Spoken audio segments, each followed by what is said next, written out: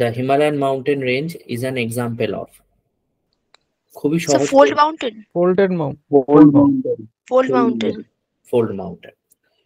এবার ঘটনা হচ্ছে যদি আমরা হিমালয়কে এখানের অপশন অনুযায়ী আমরা দেখছি যে ফোল্ড মাউন্টেন, খুব ভালো কথা, কিন্তু আরেকটু যদি স্পেসিফিক্যালি বলতে চাই এই অপশনের বাইরে গিয়ে, তাহলে আমরা হিমালয়কে এক্স্যাক্টলি কি বলতে পারি, কোন ধরনের পর্বতমালা?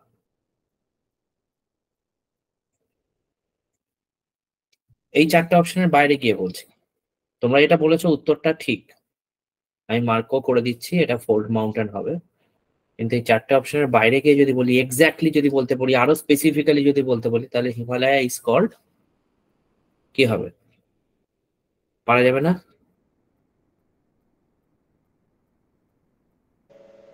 Young fold mountain.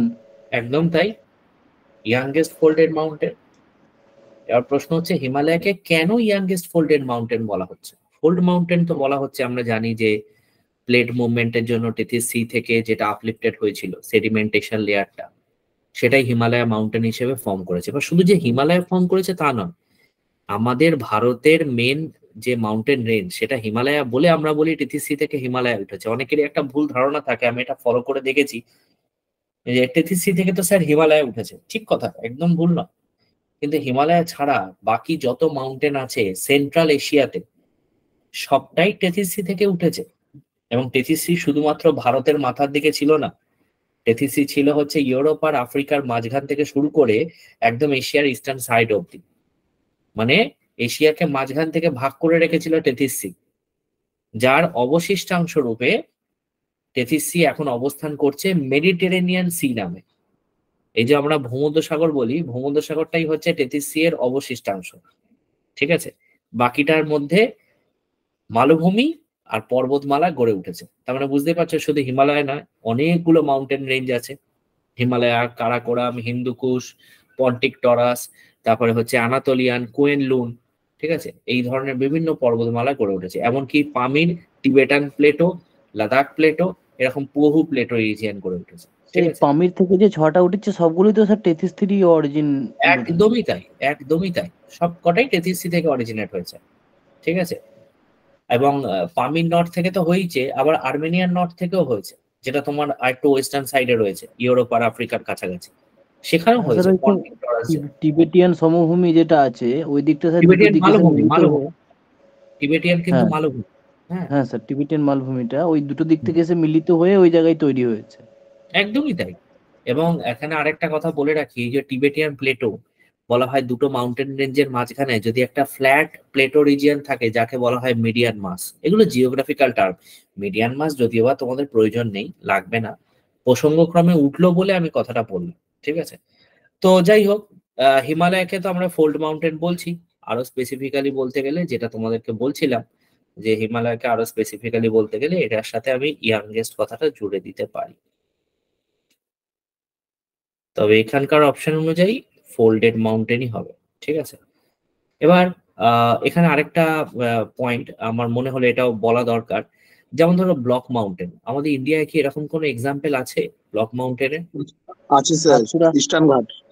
ইস্টার্ন ঘাট, ইস্টার্ন ঘাট। আর কিছু হবে? সাতপুরা আছে স্যার। সাতপুরা আছে, একদমই তাই, সাতপুরা হবে। দুটো চ্যুতির মাঝে একটা মাল হয়ে ওঠে, হ্যাঁ হ্যাঁ, ফল্ট দেখা যায়, নিয়ে স্তূপের মতো লাগে, তাই জন্য ওটা স্যার অরিজিনালি কোনো মাউন্টেন নয়, দেখে মনে হয় মাউন্টেন। সাতপুরা যেমন আছে, সেরকম ইস্টার্ন ঘাট যেটা বললে সেটাও আছে, ওয়েস্টার্ন ঘাটও হবে, কিন্তু জানো তো ইস্টার্ন এন্ড ওয়েস্টার্ন ঘাট এগুলো দুটোই, এগুলো সব হবে। এমনকি ভিন্ধিয়াও হবে। আমাদের ভারতে বেশি পরিমাণ মাউন্টেন হচ্ছে এই বড় বড় যে মাউন্টেন রেঞ্জ গুলো রয়েছে, সেগুলো সবই কিন্তু তোমার এক্সেপ্ট হিমালয়া, সেগুলো কিন্তু ব্লক মাউন্টেনের মধ্যে পড়ছে। আবার আইয়ে আছে ফোল্ড মাউন্টেনের মধ্যে আরাবল্লী ফোল্ড। ফোল্ড হবে, ফোল্ড। হ্যাঁ অবশ্যই, আরাবল্লী ফোল্ড, এবং ওটা ওল্ডেস্ট ফোল্ড মাউন্টেন। কারণ আরাবল্লী বলা যেতে পারে, হ্যাঁ রেসিডুয়ালও বলা যেতে পারে। কিন্তু এখানে একটা মানে আছে, বিতর্ক আছে। অনেকেই বলবে যে স্যার এটা তো রেসিডুয়াল, কি করে আপনি ফোল্ডেড মাউন্টেন বলছেন? ঘটনা হচ্ছে স্ট্রাকচারালি যদি দেখতে যাও, একটা সাধারণ বুদ্ধিতে ভাবো, স্ট্রাকচারালি যদি দেখি না, বা অরিজিনালি বা মোড অফ অরিজিনটাকে যদি ফলো করি, তাহলে কখনোই কোনো মাউন্টেন স্টার্টিং এ রেসিডুয়াল বা রেলিক্ট বা ক্ষয়জাত পর্বত বলতে পারবো? একটা পর্বতমালা গড়ে উঠছে, আমি তাকে ক্ষয়জাত পর্বত বলতে পারবো? না স্যার, ওটা স্যার আস্তে আস্তে ক্ষয় হয় বলেই ক্ষয়জাত পর্বত, ক্ষয় হওয়ার পর যখন বলা এক্স্যাক্টলি। যায়। তার মানে কি দাঁড়ালো, according to mode of origin, মানে উৎপত্তিগত দিক থেকে যদি দেখি, তাহলে পর্বত প্রধানত 3 প্রকার, 4 প্রকার নয়। Fold mountain, block mountain and volcanic mountain. এই 3টে মাউন্টেনের একটা ফেজ ক্রস করার পর, যখন এটার আপলিফমেন্ট ফেজের একটা জায়গা ক্রস করবে, দেন এই 3 types of mountain converted into a relict mountain or residual mountain. তার আগে হবে না। ঠিক আছে, তো এই জন্যই আস্তে আস্তে আমরা, ক্ষয়কার্য হয়। হ্যাঁ একদমই তাই, ক্ষয়কার্য হয়, তাই তার উচ্চতা কমতে থাকে। দেখো, আজ যদি আমরা দেখি ভিন্ডিয়ান মাউন্টেন রেঞ্জেরও ক্ষয় স্যার হচ্ছে। এভাবে দেখতে গেলে তো হুম, স্যার এভাবে দেখতে গেলে তো তাহলে আরাবল্লী, বিন্ধ্য সবই তো রেসিডুয়াল মাউন্টেন। এক্স্যাক্টলি। এইভাবে দেখতে গেলে আরাবল্লী, বিন্দিয়া এগুলো সবই কিন্তু রেলিক্ট মাউন্টেনে কনভার্ট হচ্ছে। In case in future Himalaya mountain যখন তার আপলিফমেন্ট ফেজ কমপ্লিট করে ফেলবে, তখন সেটাও কনভার্টেড হয়ে যাবে তোমার রেলিক্ট মাউন্টেনে। কিন্তু ধরো পরীক্ষায় এমন প্রশ্ন এলো যে আরাবল্লী কোন ধরনের পর্বত, জাস্ট এই প্রশ্নটা এলো, এবং সেখানে তোমরা দেখতে পেলে যে ওল্ড ফোল্ড মাউন্টেন অপশনে দিয়েছে, আবার আরেকটা অপশনে দিয়েছে রেলিক্ট মাউন্টেন বা রেসিডুয়াল মাউন্টেন। তাহলে স্যার তোমরা ওল্ড ফুল মাউন্টেনটাই কারেক্ট হবে বেশি। একদমই তাই। কেন করবে? কারণ যদি আমি গঠনগত দিকটা দেখি, তাহলে তার বৈশিষ্ট্য ইন্ডিকেট করছে যে এটা ফোল্ডেড মাউন্টেন। এবার যদি প্রশ্নটা এরকম দিত যে বর্তমানে আরাবল্লী পর্বত কোন পর্বতে রূপান্তরিত হয়েছে, তাহলে অবশ্যই সেটা ফোল্ডেড মাউন্টেন অ্যান্সার করা যাবে না। তখন করতে হবে আমাকে রেসিডুয়াল বা রেলিক্ট রেসিডুয়াল মাউন্টেন, মাউন্টেন। যেহেতু আমাকে মেনশন করে দিচ্ছে যে বর্তমানে কোন ধরনের পর্বতে পরিণত হয়েছে। ঠিক আছে, এরকম ভাবে যদি আমরা ফোল্ডেড মাউন্টেনের তো এক্সাম্পল দেখলাম, ফোল্ডেড মাউন্টেন হচ্ছে আরাবল্লী আর হচ্ছে গিয়ে তোমার হিমালয়। ভলক্যানিক মাউন্টেনের এক্সাম্পল আমাদের ইন্ডিয়াতে আছে।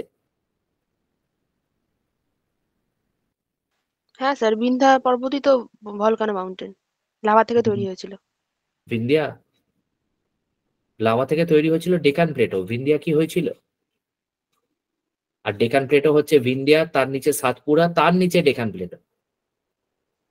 হ্যাঁ স্যার। ভিন্ডিয়া হচ্ছে ফোল্ডেড ব্লক মাউন্টেন, ওই যে দুটো ব্লক, তার মাঝখানে গ্র্যাবেন। ব্যাপারটা ক্লিয়ার হচ্ছে? মানে ঘটনাটা হচ্ছে এরকম যে সাপোজ ধরো, এই জায়গার কনসেপ্ট গুলো একটু ক্লিয়ার রাখাটা খুব দরকার। যাই হোক, এই প্রসঙ্গক্রমে তোমরা বলছো, আমি একটা একটা করে বিষয়গুলোকে বলছি।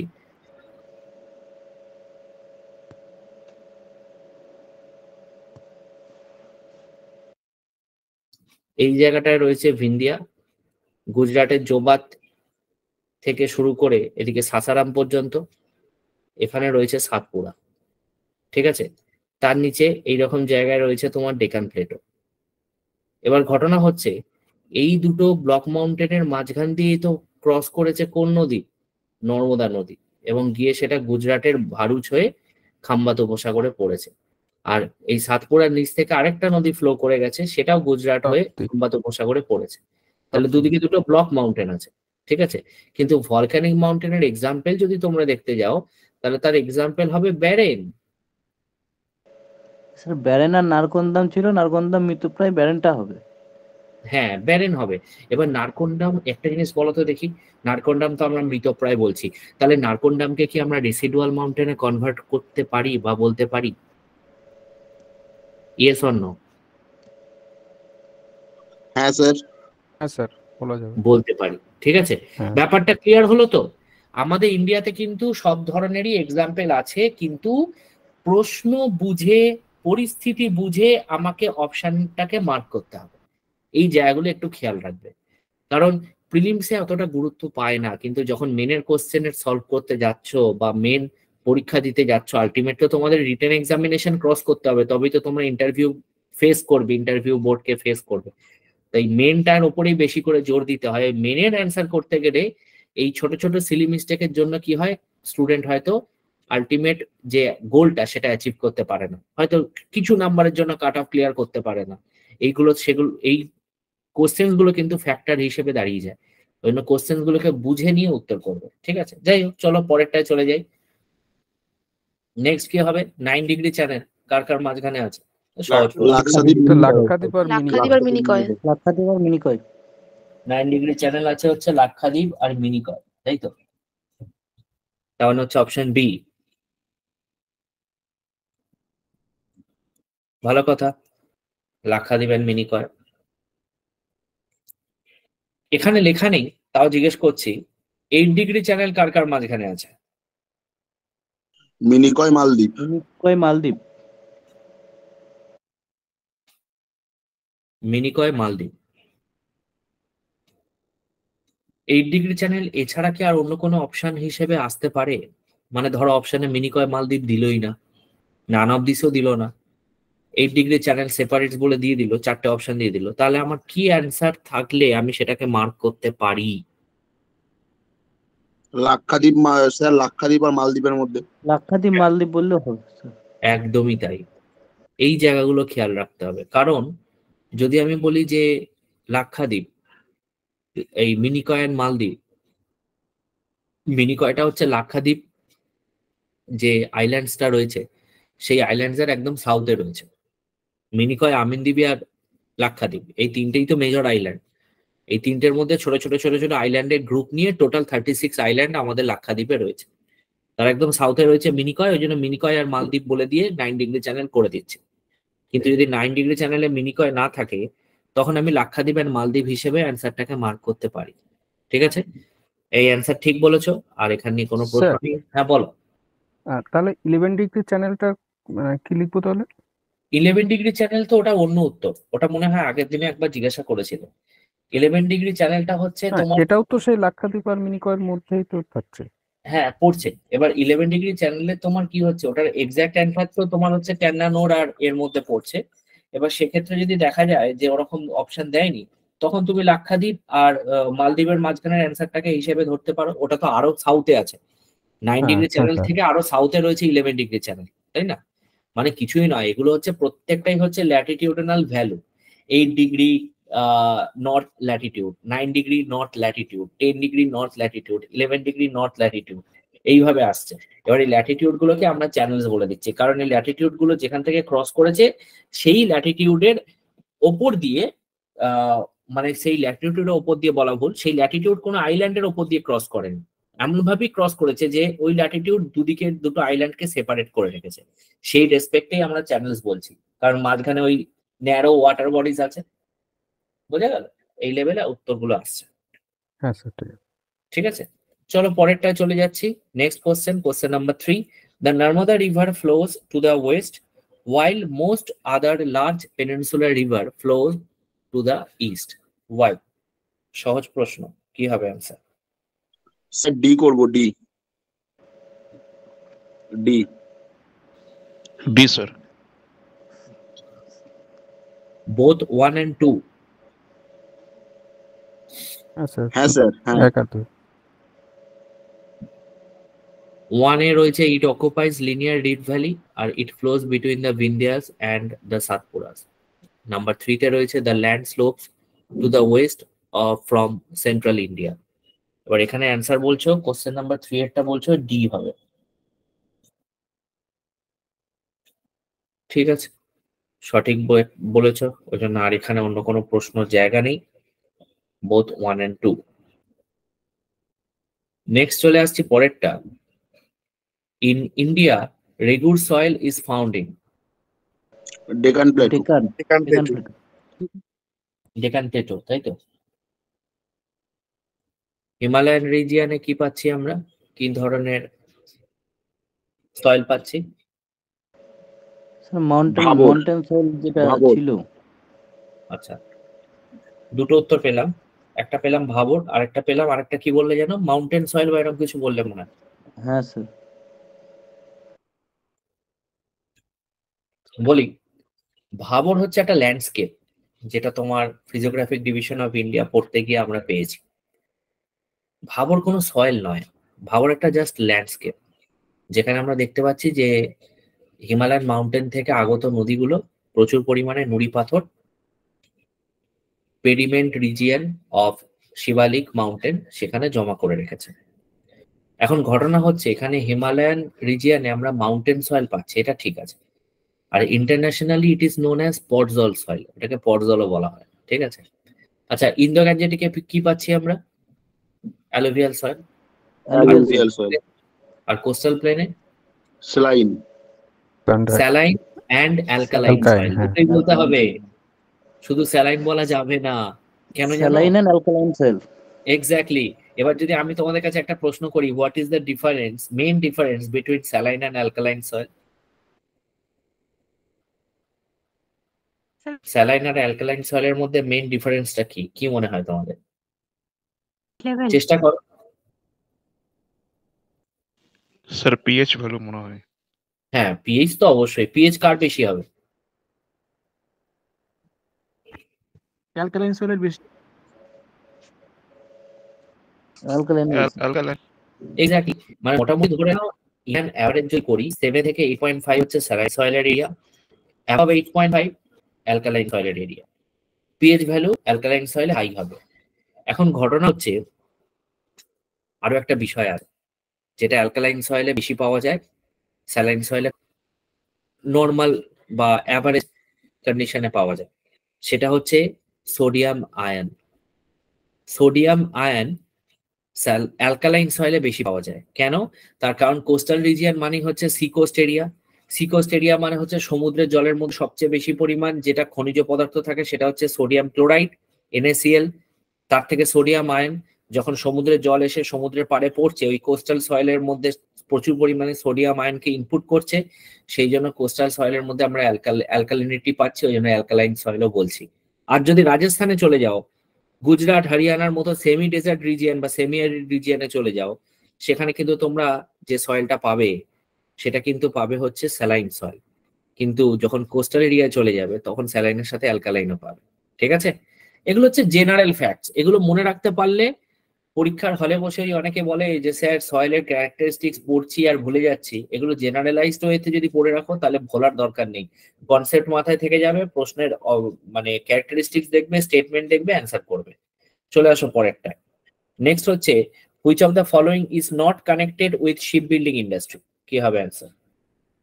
কার বা কোথায় জাহাজ নির্মাণ কারখানা নেই? চেন্নাই, একদমই চেন্নাই ঠিক, চেন্নাই। চেন্নাই। আর বাকি যে তিনটে জায়গায় আছে, এই তিনটে জায়গার মধ্যে কোথায় সবার আগে শিপ বিল্ডিং ইন্ডাস্ট্রি ফর্ম হয়েছিল? Kolkata Garden Reach, Kolkata Garden Reach, একদমই তাই। Garden Reach. তারপর কোথায় হয়েছিল? কোচিতে মনে হয়। না, বিশাখাপট্টনম, ভারতী শিপ। বিশাখাপত্তনম। হ্যাঁ, ভারতী শিপইয়ার্ড। ভারতের প্রথম যে জাহাজটাকে করেছিল, এখান থেকে লঞ্চ করেছিল, সূচনা হয়েছিল ভারতীয় প্রযুক্তিতে তৈরি প্রথম জাহাজ, তার নাম ছিল জলউষা। সেটা এই ভারতী শিপইয়ার্ড থেকেই করা হয়েছিল। যদিও বা ভারতী শিপইয়ার্ড নামটা পরে হয়, তার আগে ওই শিপইয়ার্ডের অন্য একটা নাম ছিল, আমার এই মুহূর্তে নামটা মনে পড়ছে না। ভারতী শিপইয়ার্ড নামটা পরে হয়, মানে আগে এটা প্রাইভেট সেক্টর ছিল, প্রাইভেট শিপ বিল্ডিং ইন্ডাস্ট্রি ছিল, পরে এটাকে পাবলিক শিপ বিল্ডিং ইন্ডাস্ট্রি করা হয়, এবং সেই সময় এটা লার্জেস্ট শিপইয়ার্ড ছিল। এবং যদি জিজ্ঞেস করি এই তিনটে শিপইয়ার্ডের মধ্যে কোনটা লার্জেস্ট, মানে যদি প্রশ্নটা এরকম আসতো লার্জেস্ট কোচি। শিপইয়ার্ড, একদমই তাই, কোচি। কোচি। একদমই তাই, কোচি হবে। তাহলে কোচি হচ্ছে largest, Visakhapatnam second largest, Kolkata হচ্ছে oldest ship building industry in India. চলো পরেরটায় আসি। নেক্সট হচ্ছে during December and January north India experiences excessive cold. হ্যাঁ বলো। ভারতী বলো। থেকে হিন্দুস্তান শিপইয়ার্ড কবে নাম হলো? ভারতী থেকে হিন্দুস্তান শিপইয়ার্ড কবে নাম হলো? আমাকে একটু সময় দিতে হবে, আমার সাল তো এত মনে রাখি, আমি নিজেও মনে রাখি না, তবে কবে হয়েছে আমি বলে দিতে পারবো। 1961 স্যার। শিওর? হ্যাঁ স্যার, 1961 সাল। তাহলে 1961 নোট করে রাখো। ঠিক আছে স্যার।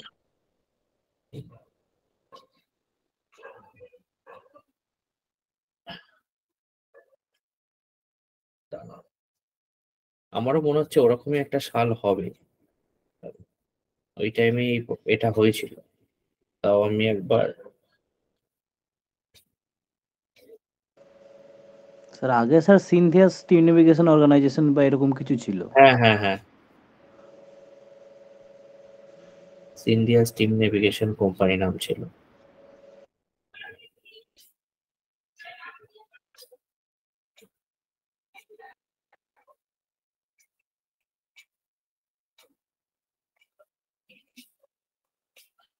বলছি আরেকবার,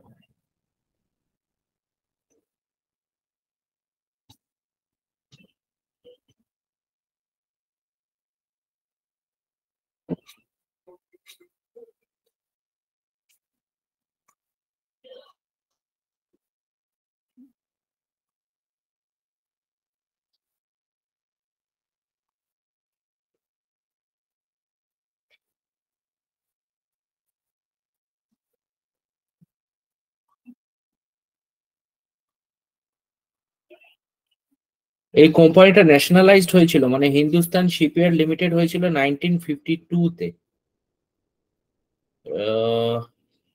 1948 এ ইয়ে হয়েছিল, জওহরলাল নেহেরু ইয়ে করেছিল আর কি, লঞ্চ করেছিল। This company was nationalised in 1952 and is now called the Hindustan Shipyard Limited. এবার এই হিন্দুস্তান শিপইয়ার্ড লিমিটেড ওটা 1961 এ, শিপিং কর্পোরেশন অফ ইন্ডিয়া 1961 এ হয়েছিল। আমার মনে হয় ওটার সাথে কোনোভাবে কনফিউজড হয়েছিল।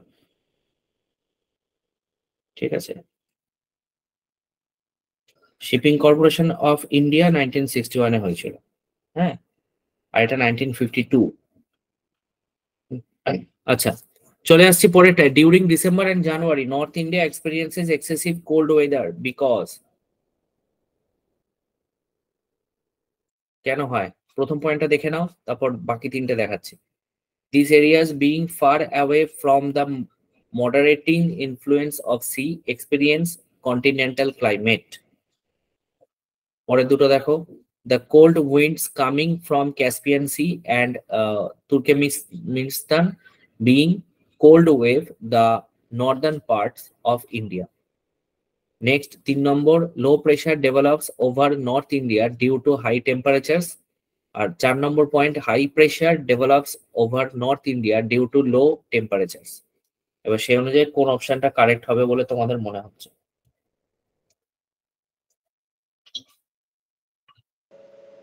স্যার ফার্স্ট আর 4 নম্বরটা মনে হচ্ছে।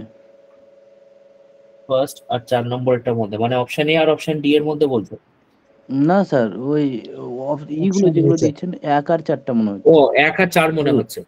আচ্ছা, তার মানে অপশন হ্যাঁ স্যার এ মনে হচ্ছে। এখানে যা আছে অপশন, সেই অনুযায়ী অপশন এ মনে হচ্ছে। ঠিক আছে, কোশ্চেন্সটা একবার দেখে নাও। আর এখানে বলা হচ্ছে যে ডিসেম্বর থেকে জানুয়ারি এই সময়কালের মধ্যে উত্তর ভারতে অত্যন্ত শীতল ঠান্ডা অনুভব হয় কেন? হ্যাঁ, প্রচন্ড ঠান্ডা অনুভব হয় কেন বা শীতল আবহাওয়া থাকে কেন?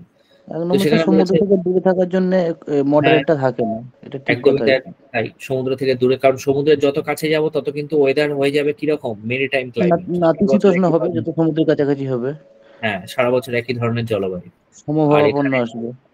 হ্যাঁ, আর এখানে 4 নম্বরে এটা বলেছে high pressure develops over north India due to low temperature. এখানে একটা উচ্চচাপ বলয়ের সৃষ্টি হয় যেহেতু তাপমাত্রাটা খুব কম থাকে, কারণ তাপমাত্রার সাথে বায়ুচাপের ব্যস্তানুপাতিক সম্পর্ক থাকে। ঠিক আছে, তো সেই অনুযায়ী ব্যাপারটা এখানে যেটা দাঁড়াচ্ছে, বাকি দুটো হবে না। ক্যাসপিয়ান সি এর ব্যাপার তো আসবেই না এখানে, তুর্কমেনিস্তানের ব্যাপার আসবেই না, 2 নম্বরটা পুরোপুরি বাদ। Low pressure develops over north India, যদি North India low pressure develop হয় তাহলে টেম্পারেচার বেশি হয়ে যাবার কথা, সেটাও হচ্ছে না। তাহলে 2 আর 3 পুরোপুরি বাদ, 1 আর 4 সঠিক, একদম সঠিক উত্তর বলেছে অপশন এ 1 and 4। চলো পরেরটা, Koderma in Jharkhand is the leading producer of. Koderma mica sir. Mica sir, একদমই তাই, লার্জেস্ট মাইকা মাইন্স, তাই না? হ্যাঁ স্যার। আচ্ছা চলো, 7এরটা হয়ে গেল, পরেরটায় চলে আসি। Question number 8, which among the following states is the leading producer of petroleum in India? Maharashtra. Producer sir Maharashtra মনে হচ্ছে। লিডিং প্রডিউসার অফ পেট্রোলিয়াম কোনটা হবে, গুজরাট না মহারাষ্ট্র বলো? মহারাষ্ট্র করবো স্যার, বোম্বে। মহারাষ্ট্র স্যার। বোম্বে এর জন্য এক্স্যাক্টলি, মহারাষ্ট্রের ধারে কাছে কেউ নেই।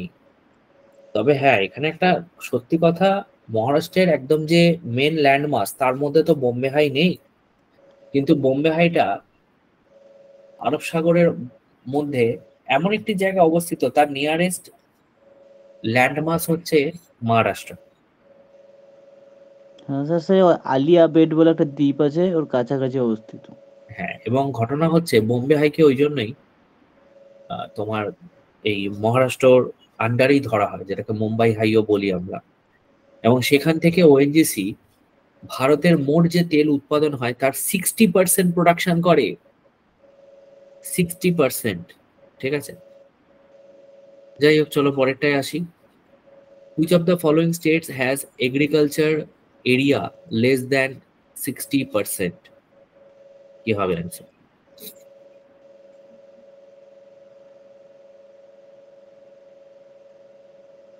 স্যার উত্তরপ্রদেশ।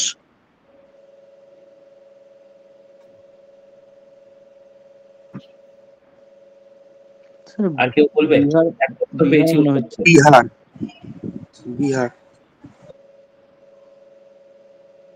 দুটো উত্তর পেয়েছি, একটা বিহার, একটা ডাউট উত্তর। আছে তবু স্যার বিহার মনে হচ্ছে। আচ্ছা, হ্যাঁ স্যার, বিহারটাই মনে হচ্ছে। ওয়েস্ট বেঙ্গল। যাক, তিনটে অপশনের ক্ল্যাশ করেছে, মানে এতক্ষণ অব্দি প্রত্যেকেরই প্রায় একই অপশনে অ্যান্সার আসছিল, এইবার মোটামুটি তিনখানা অপশনে এসছে, ভ্যারাইটি হয়েছে। বলি, বিহারটাই হবে মনে হচ্ছে। বিহারটাই হবে মনে হচ্ছে। এখানে বলেছে which of the following state has agriculture area less than 60%, 60%-এরও কম, এবং সেক্ষেত্রে উত্তর হবে পশ্চিমবঙ্গ। পশ্চিমবঙ্গ। আমাদের এখানে শিল্প আসছে, কত শিল্প বলতো, শিল্পে কত ভ্যারাইটি, এরকম ভ্যারাইটিস টাইপস অফ ইন্ডাস্ট্রি তোমরা আর কোথাও পাবে? ওই জন্য কৃষি জমি কমে যাচ্ছে। চলো পরে। স্যার পপুলেশন বেশি বলে উত্তরপ্রদেশ বললাম।